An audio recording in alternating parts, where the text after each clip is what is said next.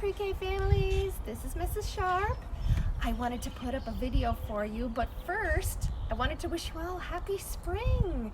Do you remember we were talking about spring, how it starts in the middle of March? Well, spring is here now, and now that we're all spending a lot more time at home, it's the perfect time to be thinking about our gardens. Spring is when things are starting to sprout. I have a lot of things here at my house that are just starting to come to life.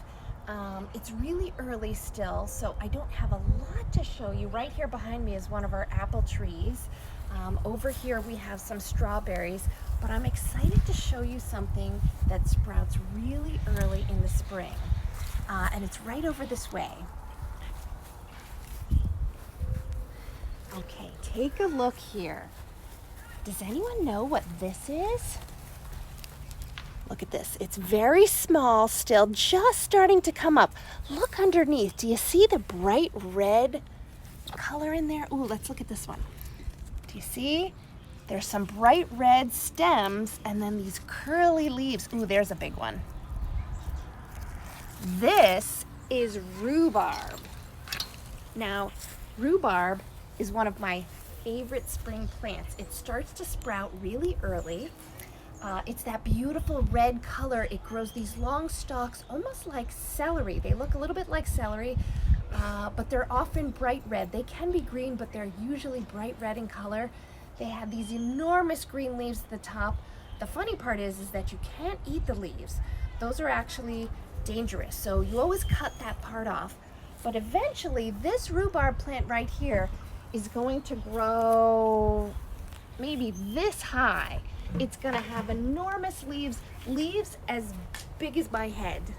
And the stalks are gonna get bigger and bigger, and I'm gonna come out with maybe a scissors or a knife and I'm gonna cut off stalks. Now, it doesn't taste like celery.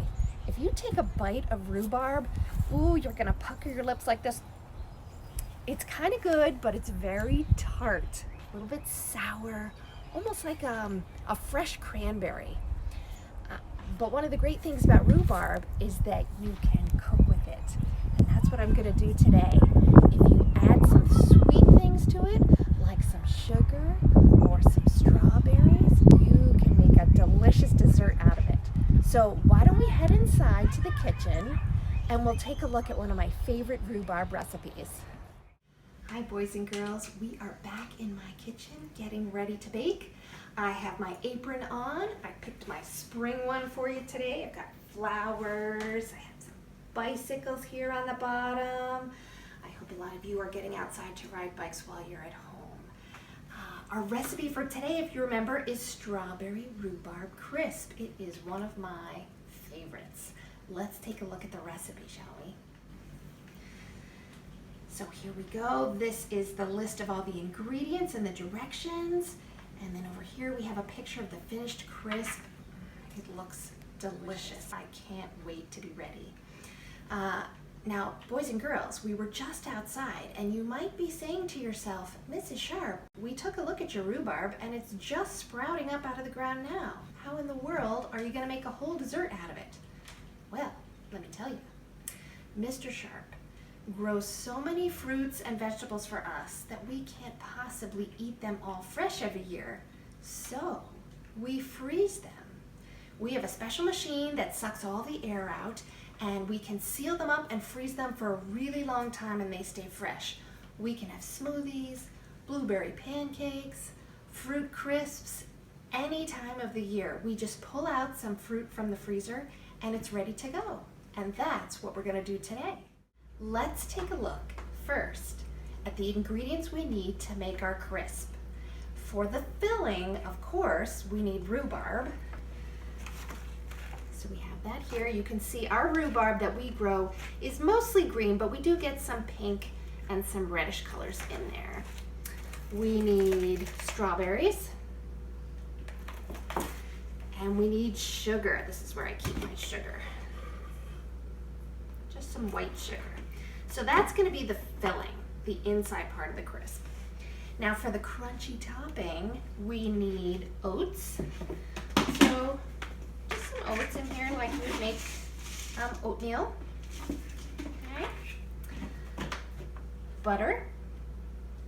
unsalted butter, 1 stick. Cinnamon. Cinnamon is this brown powder. You've probably smelled it before. It's really delicious. Salt.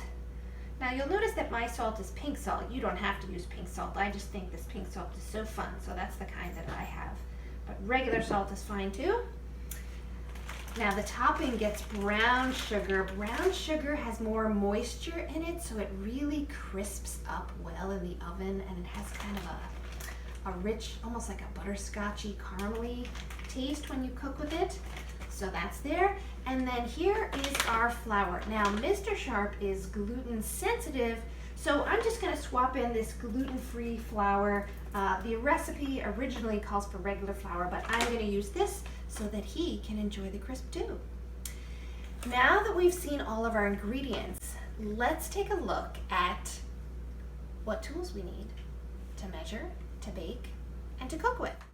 Okay, one of the most important tools in my kitchen when I'm baking is my kitchen scale.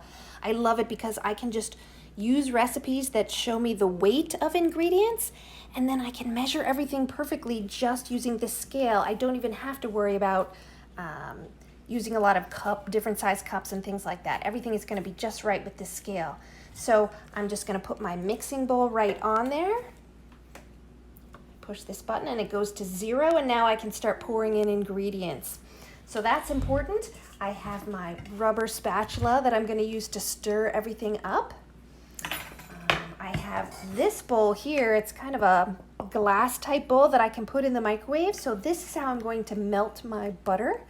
I have a teeny tiny spatula to scoop all the butter out. I don't want to leave any butter behind. Here I have a couple measuring spoons. I do use measuring spoons sometimes for very light things. I don't usually use the scale to weigh cinnamon or salt because it's such a small amount. So I will use this 1/4 teaspoon. You see it says 1/4 teaspoon for my salt, and this 1/2 teaspoon for my cinnamon. I can just match that right up with the recipe. Okay. And then here is my glass baking dish. The recipe tells me how big of a dish I need, and we're gonna pour everything in there, and then we're gonna crumble the topping on the top. And then I guess the last tool, I guess you could say, is my oven. Okay, I have all my ingredients stacked up right here, so I'm gonna start by turning on my oven. I wanna make sure it is nice and hot by the time our crisp is ready to go in.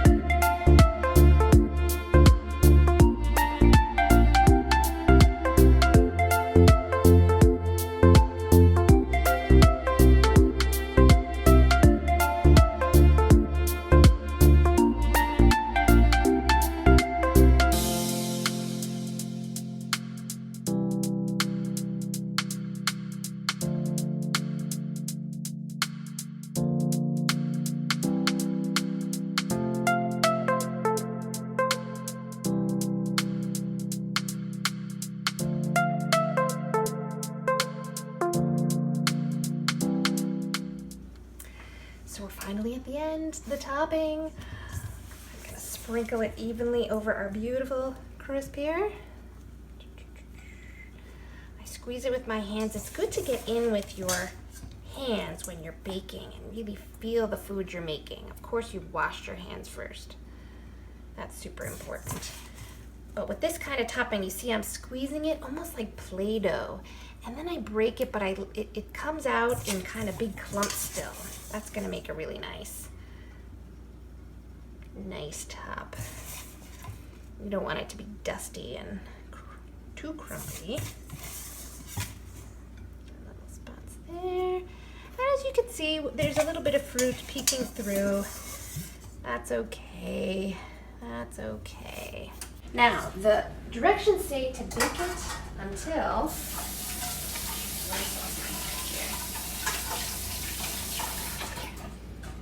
bake it until, the top is brown, but you want to look for the fruit to be bubbling. Because we used frozen fruit, it might take a little longer than the recipe calls for. So I'm gonna pop it in. I'm gonna put the timer on, but then I'm gonna check and use my eyes and my nose to tell when it's really done. So here it goes into the oven. There we go. I'm gonna set the timer. Now again, that's probably not enough time because we used frozen fruit. It just is gonna take longer. It has to thaw first and then start cooking. So I'm gonna peek on it later and see if I see that delicious bubbling.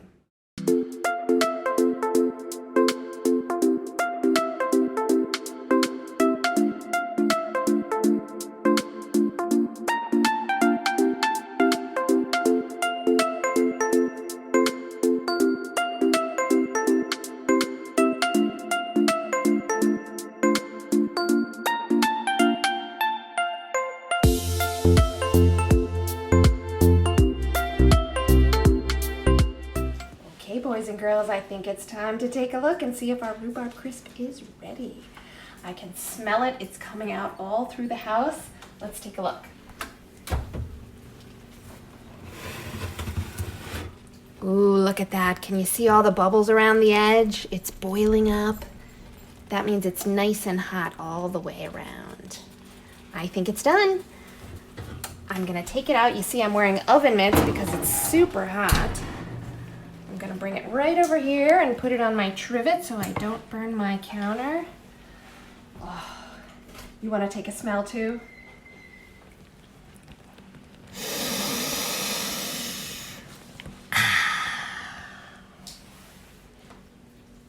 What's that? You don't have a smell feature on your computer? Oh, too bad. Well, take it from me, it smells delicious.